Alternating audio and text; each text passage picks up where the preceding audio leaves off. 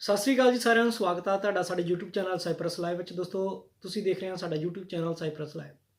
ਦੋਸਤੋ ਅੱਜ ਦੀ ਵੀਡੀਓ ਦੇ ਵਿੱਚ ਆਪਾਂ ਗੱਲ ਕਰਾਂਗੇ ਰਸ਼ੀਆ ਦੇ ਵੀਜ਼ੇ ਬਾਰੇ, ਯੂਕਰੇਨ ਦੇ ਸਟੱਡੀ ਵੀਜ਼ੇ ਬਾਰੇ ਤੇ ਸਾਈਪਰਸ ਦੇ ਵੀਜ਼ੇ ਬਾਰੇ। ਠੀਕ ਹੈ, ਜਿਹੜੇ ਸਟੱਡੀ ਵੀਜ਼ਾ ਇਹਨਾਂ ਬਾਰੇ ਗੱਲ ਕਰਾਂਗੇ ਕਿਉਂਕਿ ਬਹੁਤ ਸਾਰੇ ਦੋਸਤ ਜਿੱਦਾਂ ਕਿ ਆਪਣੇ ਇੰਡੀਆ ਦੇ ਵਿੱਚ ਜਾਂ ਪਾਕਿਸਤਾਨ ਜਾਂ ਕਿਸੇ ਹੋਰ ਕੰਟਰੀ ਤੋਂ ਜਾਂ ਨੇਪਾਲ ਤੋਂ ਜਿੱਦਾਂ ਕਿ ਆਪਾਂ ਇੰਡੀਆ ਬਾਰੇ ਆਪਾਂ ਗੱਲ ਕਰਦੇ ਹਾਂ ਵੀ ਇੰਡੀਆ ਦੇ ਵਿੱਚ ਇੱਕ ਤਾਂ ਕੰਮਕਾਰ ਹੈ ਨਹੀਂ ਕਿ ਬਹੁਤ ਜ਼ਿਆਦਾ ਔਖਾ ਹੈਗਾ, ਜਿਹੜਾ ਕਿ ਕੰਮਕਾਰ ਨਹੀਂ ਮਿਲਦੇ ਹੈਗੇ। ਮਾੜੇ ਹਾਲਾਤ ਹੋਏ ਇਸ ਟਾਈਮ ਦੇ, ਇੱਕ ਕਰੋਨਾ ਵਾਇਰਸ ਦੇ ਕਰਕੇ, ਇੱਕ ਦੂਜੇ ਜੋਬਾਂ ਨਹੀਂ ਹੈਗੀਆਂ। ਇਸ ਕਰਕੇ ਜਦੋਂ ਵੀ ਕੋਈ ਵੀ ਨੌਜਵਾਨ ਬੰਦਾ, ਮੁੰਡਾ ਜਾਂ ਕੁੜੀ ਵੀ ਕੋਈ ਵੀ ਆ, ਉਹ ਸੋਚਦਾ ਮੈਂ ਅਗਲੀ ਕਿਸੇ ਹੋਰ ਕੰਟਰੀ ਚੱਲ ਜਾਵਾਂ। ਖਾਸ ਕਰਕੇ ਜਦੋਂ ਆਪਣੇ ਕੋਲ ਜ਼ਿਆਦਾ ਪੈਸੇ ਨਹੀਂ ਹੁੰਦੇ, ਆਪਾਂ ਸੋਚਦੇ ਹਾਂ ਵੀ ਇਸ ਕੰਟਰੀ ਚੱਲ ਜਾਈਏ, ਉਸ ਕੰਟਰੀ ਚੱਲ ਜਾਈਏ, ਉੱਥੇ ਜਾ ਕੇ ਆਪਣਾ ਥੋੜ੍ਹੇ ਪੈਸਿਆਂ 'ਚ ਜਾਂ ਕੁਛ ਇੱਦਾਂ ਦਾ ਕੰਮ ਚੱਲ ਜਾਓ, ਜਾਂ ਆਪਾਂ ਉੱਥੋਂ ਅੱਗੇ ਵੀ ਨਿਕਲ ਜਾਈਏ, ਇੱਦਾਂ ਦੀਆਂ ਆਪਾਂ ਸੋਚਦੇ ਹਾਂ।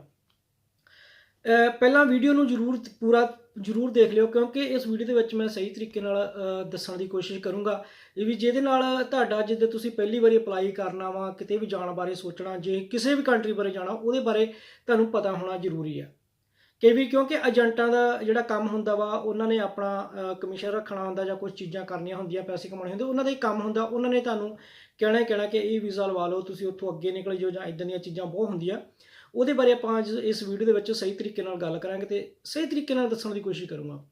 ਪਹਿਲਾਂ ਗੱਲ ਕਰ ਲੈਂਦੇ ਆ ਜੀ ਆਪਾਂ ਸਾਈਪਰਸ ਦੀ। ਸਾਈਪਰਸ ਦੇ ਵਿੱਚ ਜਿੱਦਾਂ ਕਿ ਆਪਾਂ ਪਹਿਲਾਂ ਵੀਡੀਓ ਦੇ ਵਿੱਚ ਦੱਸਦੇ ਰਹੇ ਹਾਂ ਵੀ ਸਟੂਡੈਂਟ ਜਦੋਂ ਇੱਥੇ ਆਉਂਦਾ ਹੈ, ਠੀਕ ਹੈ ਜੀ, ਤੇ ਉਹਦੇ ਵਿੱਚ ਇਹ ਚੀਜ਼ ਹੈਗੀ ਆ ਵੀ ਸਟੂਡੈਂਟ ਨੂੰ ਪਹਿਲਾਂ 1 ਸਾਲ ਕੰਮ ਕਰਨ ਦੀ ਪਰਮਿਸ਼ਨ ਨਹੀਂ ਹੁੰਦੀ, ਪਰ ਫਿਰ ਵੀ ਉੱਦਾਂ ਜਿਹੜੇ ਗੈਰ ਕਾਨੂੰਨੀ ਢੰਗ ਦੇ ਨਾਲ, ਜਾਂ ਉੱਦਾਂ ਆਪਾਂ ਕਹਿ ਲਈਏ ਵੀ ਉੱਦਾਂ ਆਪਾਂ ਕੰਮ ਕਰ ਸਕਦੇ ਹਾਂ, ਕਰੀ ਜਾਂਦੇ ਹਾਂ ਚੋਰੀ ਛਿਪੇ, ਠੀਕ ਹੈ ਜੀ। ਤੇ ਇਹਦੇ ਵਿੱਚ ਇਹ ਹੁੰਦਾ ਵੀ ਜਿੱਦਾਂ ਕਿ ਇੱਥੇ ਰਹਿਣ ਪੈਣ ਦੇ ਖਰਚੇ, ਜਾਂ ਜੇ ਆਪਾਂ ਕਹਿ ਦਈਏ ਵੀ ਆਪਾਂ ਜਦੋਂ ਆਪਾਂ ਅਪਲਾਈ ਕਰਦੇ ਹਾਂ ਸਾਈਪਰਸ ਦੇ ਬਾਰੇ ਵੀਜ਼ੇ ਬਾਰੇ, ਸਟੱਡੀ ਵੀਜ਼ੇ ਬਾਰੇ, ਤੇ ਆਪਣਾ 5-6 ਲੱਖ ਰੁਪਇਆ ਲੈ ਲੈਂਦੇ ਆ, ਠੀਕ ਹੈ। ਇੰਨੇ ਵੀ ਨਹੀਂ ਲੱਗਦੇ, ਤਕਰੀਬਨ 4-4.5 ਲੱਖ ਰੁਪਇਆ ਜਿਹੜਾ ਵਾ ਸਟੱਡੀ ਵੀਜ਼ੇ ਤੇ ਲੱਗ ਜਾਂਦਾ, ਸਟੂਡੈਂਟ ਵੀਜ਼ੇ ਤੇ ਲੱਗਦਾ ਆ ਸਾਈਪਰਸ ਦੇ ਵਿੱਚ ਆਉਣ ਦੇ, ਠੀਕ ਹੈ। ਤੇ ਦੂਜੀ ਗੱਲ ਕਰਦੇ ਵੀ ਜਦੋਂ ਆਪਾਂ ਨੂੰ ਇਹ ਵੀ ਕਹਿੰਦੇ ਵੀ ਉੱਥੋਂ ਤੁਸੀਂ ਅੱਗੇ ਮੂਵ ਹੋ ਜਾਓ ਨਾ, ਕਿਸੇ ਹੋਰ ਕੰਟਰੀ ਨਿਕਲ ਜਾਓ, ਇਦਾਂ ਨਹੀਂ ਹੁੰਦਾ ਕਿਉਂਕਿ ਆਪਣਾ ਸਟੇਟਸ ਹੁੰਦਾ ਜਿਹੜਾ ਉਹ ਹੁੰਦਾ ਵਾ ਸਟੂਡੈਂਟ ਵੀਜ਼ੇ ਦਾ। ਆਪਾਂ ਇੱਥੇ ਪੜ੍ਹਾਈ ਕਰਨ ਆਏ ਹੁੰਦੇ ਹਾਂ, ਕੰਮ ਦਾ ਮਤਲਬ ਲਿਮਟ ਹੁੰਦੀ ਹੈ ਵੀ ਕਿੰਨੇ ਘੰਟੇ ਆਪਾਂ ਕੰਮ ਕਰ ਸਕਦੇ ਹਾਂ।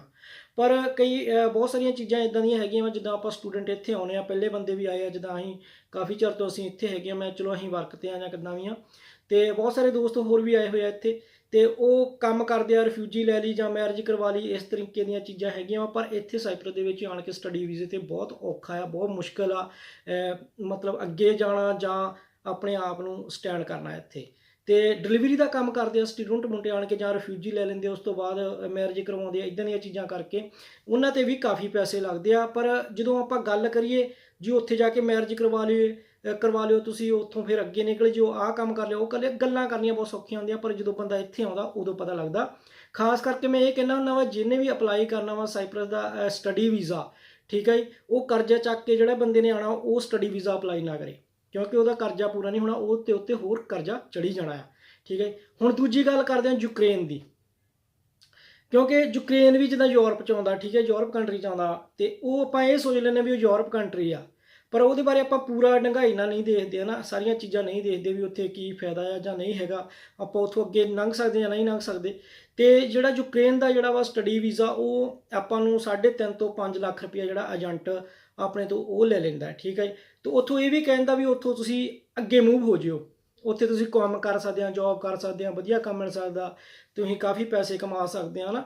ਤੇ ਜਿਹੜੀ ਮੇਨ ਗੱਲ ਹੈ, ਯੂਕਰੇਨ ਦੇ ਵਿੱਚ ਆਪਾਂ ਕੰਮ ਨਹੀਂ ਕਰ ਸਕਦੇ, ਲਿਮਟ ਕੰਮ ਕਰ ਸਕਦੇ, ਜਿੱਦਾਂ ਕਿ ਹਰੇਕ ਕੰਟਰੀ ਦੇ ਵਿੱਚ ਹੁੰਦਾ ਵੀ ਇੰਨੇ ਤੋਂ ਇੰਨਾ ਟਾਈਮ ਜਾਂ ਇੰਨੇ ਘੰਟੇ ਕੰਮ ਕਰ ਸਕਦਾ, ਤੇ ਦੂਜਾ ਉੱਥੋਂ ਮੂਵ ਨਹੀਂ ਹੋ ਸਕਦਾ, ਠੀਕ ਹੈ। ਇਹ ਜਿਹੜੀ ਬਹੁਤ ਮੁਸ਼ਕਿਲ ਕੰਮ ਆ ਵੀ ਉੱਥੋਂ ਮੂਵ ਹੋਣਾ ਯੂਕਰੇਨ ਤੋਂ ਬਹੁਤ ਔਖਾ ਆ। ਤੇ ਨਾਲੇ ਇਹਦੇ ਵਿੱਚ ਇਹ ਆ ਵੀ 5 ਤੋਂ 6 ਲੱਖ ਰੁਪਇਆ ਜਿਹੜਾ ਲੱਗ ਜਾਂਦਾ ਸਟੱਡੀ ਤੇ, ਠੀਕ ਹੈ। ਤੇ ਦੂਜੀ ਗੱਲ ਮੇਨ ਜਿਹੜੀ ਸਭ ਤੋਂ ਚੀਜ਼ ਇਹ ਜ਼ਰੂਰ ਸਮਝੋ, ਦੂਜੀ ਇਹਦੀ ਕਰੰਸੀ, ਠੀਕ ਹੈ। ਕਰੰਸੀ ਕੀ ਆ, ਆਪਣੇ 1 ਰੁਪਏ ਦਾ, ਜਿੱਦਾਂ ਉੱਥੋਂ ਦਾ ਜਿਹੜਾ 1 ਆ, ਠੀਕ ਹੈ, ਆਪਣੇ 2-2.5 ਜਿਹੜੇ ਰੁਪਏ ਹੀ ਬਣਦੇ ਆ, ਠੀਕ ਹੈ।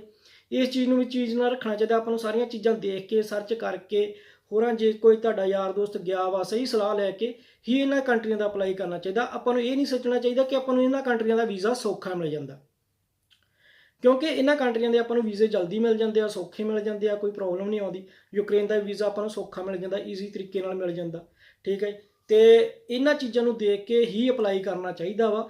ਤੇ ਬਾਅਦ ਦੇ ਵਿੱਚ ਕਹਿਣ ਦਾ ਮਤਲਬ ਹੈ ਵੀ ਜੇ ਤੁਸੀਂ ਆਪਾਂ ਘਰੋਂ ਜੇ ਸਰਦੇ ਆ, ਜੇ ਵਧੀਆ ਕੰਟਰੀ 'ਚ ਜਾਣ ਨਹੀਂ ਸਕਦੇ ਆ ਨਾ, ਜੇ ਜਾ ਸਕਦੇ ਆ ਤੇ ਆਪਾਂ ਜ਼ਿਆਦਾ ਪੈਸੇ ਲਾ ਕੇ ਜਾ ਸਕਦੇ ਆ। ਪਰ ਜੇ ਆਪਾਂ ਸਹੀ ਮਤਲਬ ਘਰੋਂ ਨਹੀਂ ਇੰਨੇ ਜ਼ਿਆਦਾ ਪੈਸੇ ਖਰਚ ਸਕਦੇ, ਜੇ ਆਪਾਂ ਕਰਜ਼ਾ ਵੀ ਚੱਕਦੇ ਜਾਂ ਕੋਈ ਉੱਦਾਂ ਵੀ ਆਪਾਂ ਫੜਦੇ ਦੜ ਕੇ ਆਪਣੇ ਰਿਸ਼ਤੇਦਾਰਾਂ ਭੈਣਾਂ ਭਰਾਵਾਂ ਤੋਂ ਫੜ ਕੇ ਜਾਂ ਸਹਾਇਤਾ ਲੈ ਕੇ ਜਾਂਦੇ ਆ, ਜੇ ਆਪਾਂ ਉਹਨਾਂ ਕੰਟਰੀਆਂ ਦੇ ਵਿੱਚ ਚੱਲ ਜਾਂਦੇ ਆ ਤਾਂ ਉੱਥੇ ਆਪਣੇ ਪੈਸੇ ਉਹ ਜਿਹੜੇ ਆ ਖਰਾਬ ਹੋ ਜਾਂਦੇ। ਜੇ ਆਪਾਂ ਨੂੰ ਪਿੱਛੇ ਮੁੜਨਾ ਪੈਂਦਾ, ਬਹੁਤ ਜ਼ਿਆਦਾ ਕੇਸਾਂ ਦੇ ਵਿੱਚ ਆਪਾਂ ਨੂੰ ਪਿੱਛੇ ਮੁੜਨਾ ਪੈਂਦਾ, ਤਾਂ ਉਹ ਜਿਹੜਾ ਘਾਟਾ ਪੂਰਾ ਨਹੀਂ ਹੁੰਦਾ, ਬੰਦੇ ਕੋਲ ਉੱਠ ਨਹੀਂ ਹੁੰਦਾ। ਇਹਨਾਂ ਚੀਜ਼ਾਂ ਦਾ ਖਿਆਲ ਰੱਖਣਾ, ਠੀਕ ਹੈ। ਯੂਕਰੇਨ ਦੇ ਵਿੱਚ ਵੀ ਜਾਣ ਤੋਂ ਪਹਿਲਾਂ ਇਹ ਚੀਜ਼ਾਂ ਸੋਚਣੀਆਂ, ਸਟੱਡੀ ਵੀਜ਼ੇ ਤੇ ਜਾਣ ਤੋਂ ਪਹਿਲਾਂ, ਤੇ ਜਿਹੜੀਆਂ ਸਾਰੀਆਂ ਚੀਜ਼ਾਂ ਦੇਖ ਲੈਣੀਆਂ ਚਾਹੀਦੀਆਂ। ਤੇ ਦੂਜੀ ਹੁਣ ਤੀਜੀ ਗੱਲ ਕਰਦੇ ਹਾਂ ਆਪਾਂ ਰਸ਼ੀਆ ਦੀ। ਰਸ਼ੀਆ ਦੇ ਵਿੱਚ ਵੀ ਜਿਹੜੀ ਆ ਦੇਖੋ ਜੀ, ਇੱਕ ਬਿਜ਼ਨਸ ਵੀਜ਼ਾ ਮਿਲਦਾ, ਠੀਕ ਹੈ। ਬਿਜ਼ਨਸ ਵੀਜ਼ੇ ਤੇ ਜੇ ਆਪਾਂ ਸੋਚੀਏ ਤੇ 1 ਤੋਂ 1.5 ਲੱਖ ਰੁਪਇਆ ਲੱਗਦਾ ਬਿਜ਼ਨਸ ਵੀਜ਼ੇ ਤੇ ਉਹ ਜਿਹੜਾ ਕਿ ਆਪਾਂ ਨੂੰ ਮਿਲ ਵੀ ਸੌਖਾ ਜਾਂਦਾ, ਠੀਕ ਹੈ। ਆਪਾਂ ਰਸ਼ੀਆ ਤੇ ਚੱਲ ਜਾਂਦੇ ਆ, ਠੀਕ ਹੈ। ਉਹਦੇ ਵਿੱਚ ਕੀ ਆ, ਆਪਾਂ ਜੇ ਬਿਜ਼ਨਸ ਵੀਜ਼ੇ ਤੇ ਜਾਂਦੇ ਆ, ਇਹਦੇ ਵਿੱਚ ਕੁਝ ਫਾਇਦੇ ਦੱਸ ਦੇਣਾ ਵਾ, ਨੁਕਸਾਨ ਤੇ ਕੀ ਆ ਜਾਂ ਫਾਇਦੇ ਕੀ ਆ। ਯੂਕਰੇਨ ਨਾਲੋਂ ਜਿਹੜਾ ਮੈਂ ਸਮਝਦਾ ਵੀ ਬਿਜ਼ਨਸ ਵੀਜ਼ਾ ਜੇ ਰਸ਼ੀਆ ਤੇ ਲੈ ਕੇ ਜਾਣਾ ਉਹ ਵਧੀਆ। ਉਹ ਕਿੱਦਾਂ, ਉਹ ਮੈਂ ਤੁਹਾਨੂੰ ਦੱਸ ਦਿੰਦਾ ਵੀ ਉਹ ਇਸ ਤਰੀਕੇ ਨਾਲ ਵੀ ਜੇ ਆਪਾਂ ਰਸ਼ੀਆ ਦਾ ਬਿਜ਼ਨਸ ਵੀਜ਼ਾ ਲੈ ਕੇ ਜਾਂਦੇ ਆ 1 ਤੋਂ 1.5 ਲੱਖ ਰੁਪਇਆ ਲੱਗਦਾ, ਠੀਕ ਹੈ। ਜਿੰਨਾ ਕੁ ਆਪਾਂ ਇੰਨਾ ਕੁ ਆਪਾਂ ਤਾਂ ਕਰ ਹੀ ਸਕਦੇ ਹੁੰਦੇ ਆ, ਠੀਕ ਹੈ। ਤੇ ਜੇ ਆਪਾਂ ਜਾਣਾ ਹੀ ਆ ਤੇ ਉਹਦੇ ਵਿੱਚ ਬਿਜ਼ਨਸ ਵੀਜ਼ੇ ਤੇ ਜਾ ਕੇ ਆਪਾਂ ਉਹਦਾ ਕਾਨੂੰਨੀ ਤੌਰ ਤੇ ਕੰਮ ਤਾਂ ਨਹੀਂ ਕਰ ਸਕਦੇ, ਪਰ ਫਿਰ ਵੀ ਉੱਥੇ ਜਾਂਦੇ ਹਫ਼ਤੇ ਦੇ ਵਿੱਚ ਜਿਹੜਾ ਕੰਮ ਦੀ ਉੱਥੇ ਘਾਟ ਨਹੀਂ ਹੈਗੀ, ਕੰਮ ਮਿਲ ਜਾਂਦਾ, ਠੀਕ ਹੈ। ਪਰ ਉੱਥੇ ਮਿਹਨਤ ਆਪਾਂ ਨੂੰ ਜ਼ਿਆਦਾ ਕਰਨੀ ਪੈਂਦੀ ਆ, ਕਿਉਂਕਿ ਜਿਹੜੀ ਰਸ਼ੀਆ ਦੀ ਕਰੰਸੀ ਆ ਉਹ ਸੇਮ ਆਪਣੇ ਇੰਡੀਆ ਕਰੰਸੀ ਦੇ ਬਰਾਬਰ ਆ, ਠੀਕ ਹੈ ਜੀ। ਇਹ ਵੀ ਚੀਜ਼ ਰੱਖਣੀ ਆ। ਉਹਦੇ ਵਿੱਚ ਇਹ ਚੀਜ਼ ਹੋ ਜਾਂਦੀ ਹੈ ਵੀ ਉੱਥੇ 30 ਤੋਂ 35,000 ਰੁਪਇਆ ਬੰਦਾ ਮਹੀਨਾ ਕਮਾ ਸਕਦਾ, ਤੇ ਜੇ ਆਪਣੇ ਇੰਡੀਆ ਦੇ ਵਿੱਚ ਵੀ ਜੇ ਆਪਾਂ ਇੰਨੇ ਕਮਾਉਂਦੇ ਆ ਜਾਂ ਆਪਾਂ ਕੋਈ ਜੋਬ ਕਰਦੇ ਆ, ਫਿਰ ਉੱਥੇ ਨਹੀਂ ਜਾਣਾ ਚਾਹੀਦਾ, ਠੀਕ ਹੈ। ਤੇ ਦੂਜੀ ਗੱਲ ਵੀ ਬਿਜ਼ਨਸ ਵੀਜ਼ੇ ਤੇ ਜਾਣ ਦਾ ਫਾਇਦਾ ਕੀ ਹੈ, ਇਹ ਜੇ ਆਪਾਂ ਕਹਿੰਦੇ ਵੀ ਉੱਥੋਂ ਆਪਾਂ ਮੂਵ ਹੋ ਸਕਦੇ ਆ ਉੱਥੋਂ ਰਸ਼ੀਆ ਤੋਂ, ਜੇ ਆਪਾਂ ਮੂਵ ਹੋਣ ਦੇ ਚੱਕਰ 'ਚ ਜਾਣਾ ਆ ਵੀ ਅੱਗਾ ਆਪਾਂ ਉੱਥੇ ਜਾ ਸਕਦੇ ਆ ਬਿਜ਼ਨਸ ਵੀਜ਼ੇ ਦੇ ਵਿੱਚ ਜਾ ਕੇ, ਠੀਕ ਹੈ। ਇੱਕ ਤਾਂ ਪਹਿਲੀ ਗੱਲ ਹੋ ਜਾਂਦੀ ਆਪਣਾ ਸਟੇਟਸ ਹੋ ਜਾਂਦਾ ਬਿਜ਼ਨਸ ਵੀਜ਼ੇ ਦਾ, ਠੀਕ ਹੈ। ਦੂਜੀ ਗੱਲ ਆਪਾਂ ਉੱਥੇ ਰੈਂਟ ਤੇ ਜਿੱਦਾਂ ਲੈ ਕੇ ਘਰ ਲੈ ਕੇ ਆਪਾਂ ਰਜਿਸਟ੍ਰੇਸ਼ਨ ਕਰਵਾ ਸਕਦੇ ਹਾਂ, ਠੀਕ ਹੈ। ਤੇ ਉੱਥੇ ਜਾ ਕੇ ਰਸ਼ੀਆ ਤੋਂ ਜਾ ਕੇ ਫਿਰ ਆਪਾਂ ਉੱਥੇ ਆਪਣੇ ਜਿਹੜੇ ਇੰਡੀਆ ਦੀ ਜਿਹੜੇ ਹੈਗੇ ਆਪਣੇ ਕੋਈ ਵੀ ਪੇਪਰ ਹੈਗੇ ਆ, ਜਿੱਦਾਂ ਵੀ ਆਪਣੇ ਕੋਲ ਜੋ ਵੀ ਪ੍ਰੋਪਰਟੀ ਵਗੈਰਾ ਵਾ, ਫਾਈਨੈਂਸ਼ੀਅਲ ਵਾ, ਜੋ ਵੀ ਚੀਜ਼ਾਂ ਵਾ, ਉਹ ਡਾਕੂਮੈਂਟ ਲਾ ਕੇ ਫਿਰ ਆਪਾਂ ਉੱਥੋਂ ਹੋਰ ਕਿਸੇ ਯੂਰਪ ਕੰਟਰੀ ਦੇ ਵਿੱਚ ਨਿਕਲ ਸਕਦੇ ਹਾਂ। ਤੇ ਬਾਕੀ ਇਹ ਚੀਜ਼ ਜ਼ਰੂਰ ਦੇਖਣੀ ਆ ਵੀ ਉੱਥੇ ਜਾ ਕੇ ਪੈਸੇ ਕਿੰਨੇ ਕੁ ਬਣਦੇ ਆ, ਇਸ ਕੰਟਰੀ ਦਾ ਫਾਇਦਾ ਕੀ ਆ, ਉੱਥੋਂ ਆਪਾਂ ਜਾ ਸਕਦੇ ਹਾਂ ਅੱਗੇ ਜਾਂ ਨਹੀਂ ਜਾ ਸਕਦੇ। ਰਸ਼ੀਆ ਦੇ ਵਿੱਚ ਬਿਜ਼ਨਸ ਵੀਜ਼ਾ 1.5 ਲੱਖ ਰੁਪਏ ਦੇ ਵਿੱਚ ਲਾ ਕੇ ਜੇ ਆਪਾਂ ਉੱਥੋਂ ਮੂਵ ਹੁੰਦੇ ਆ, ਆਪਣੇ ਕੋਲ ਚੀਜ਼ ਹੈਗੀ ਆ ਜੋ ਆਪਾਂ ਨੂੰ ਕੋਈ ਹੈਲਪ ਕਰ ਸਕਦਾ ਉੱਥੋਂ ਅੱਗੇ ਨਿਕਲਣ ਦੀ ਕਿਸੇ ਹੋਰ ਯੂਰਪ ਕੰਟਰੀ ਦੇ ਵਿੱਚ, ਤੇ ਆਪਾਂ ਕਿ ਦੂਜੀ ਗੱਲ ਵੀ ਉੱਥੋਂ ਆਪਾਂ ਸ਼ੰਗਨ ਵੀਜ਼ਾ ਜਿਹੜਾ ਵੀ ਆ ਉਹ ਵੀ ਅਪਲਾਈ ਕਰ ਸਕਦੇ ਹਾਂ ਰਸ਼ੀਆ ਦੇ ਵਿੱਚੋਂ। ਤੇ ਮੇਨ ਜਿਹੜੀ ਚੀਜ਼ ਆ ਵੀ ਉੱਥੇ ਜਿਹੜੀ ਕਰੰਸੀ ਆ ਇੰਡੀਆ ਦਾ ਸੇਮ ਬਰਾਬਰ ਆ, ਮਹਿੰਗਾਈ ਵੀ ਤਕਰੀਬਨ ਜਿੱਦਾਂ ਖਾਣ ਪੀਣ ਦਾ ਖਰਚਾ ਵੀ ਸਸਤਾ ਹੀ ਆ, ਬੜਾ ਜ਼ਿਆਦਾ ਮਹਿੰਗਾ ਨਹੀਂਗਾ। ਸੋ ਦੋਸਤੋ, ਜਿਹੜੀ ਇਹ ਕਹਿਣ ਦਾ ਮਤਲਬ ਕਿ ਸਾਰੀਆਂ ਕੰਟਰੀਆਂ ਦੇ ਵਿੱਚ ਜਾਣ ਤੋਂ, ਕਿਸੇ ਵੀ ਜਿੱਦਾਂ ਕੰਟਰੀ ਦੇ ਵਿੱਚ ਜਾਣ ਤੋਂ ਪਹਿਲਾਂ ਜਿੱਦਾਂ ਕਿ ਹੁਣ, ਕਿਉਂਕਿ ਮੈਂ ਇਹ ਵੀਡੀਓ ਤਾਂ ਬਣਾਈ ਆ ਕਿਉਂਕਿ ਹੁਣ ਲੋਕਡਾਊਨ ਸਾਰੇ ਬੰਨੇ ਫਿਨਿਸ਼ ਹੋਣਾ ਵਾ, ਫਲਾਈਟ ਵਗੈਰਾ ਚੱਲ ਹੋ ਰਹੀਆਂ ਵਾ, ਠੀਕ ਹੈ। ਤੇ ਸਾਈਪਰਸ ਦੇ ਵਿੱਚ ਵੀ ਸਾਰਾ ਤਕਰੀਬਨ ਓਪਨ ਆ, ਤੇ ਇਸ ਕਰਕੇ ਜਿਹੜੇ ਵੀਜ਼ੇ ਵਗੈਰਾ ਲੱਗਣੇ ਸ਼ੁਰੂ ਹੋਣੇ, ਹਰੇਕ ਬੰਦਾ ਸੋਚਦਾ ਮੈਂ ਆਪਣੇ ਇੱਥੋਂ ਨਿਕਲ ਕੇ ਅੱਗੇ ਹੋਰ ਕਿਤੇ ਆਪਣਾ ਜਿਹੜਾ ਫਿਊਚਰ ਬਣਾਵਾਂ।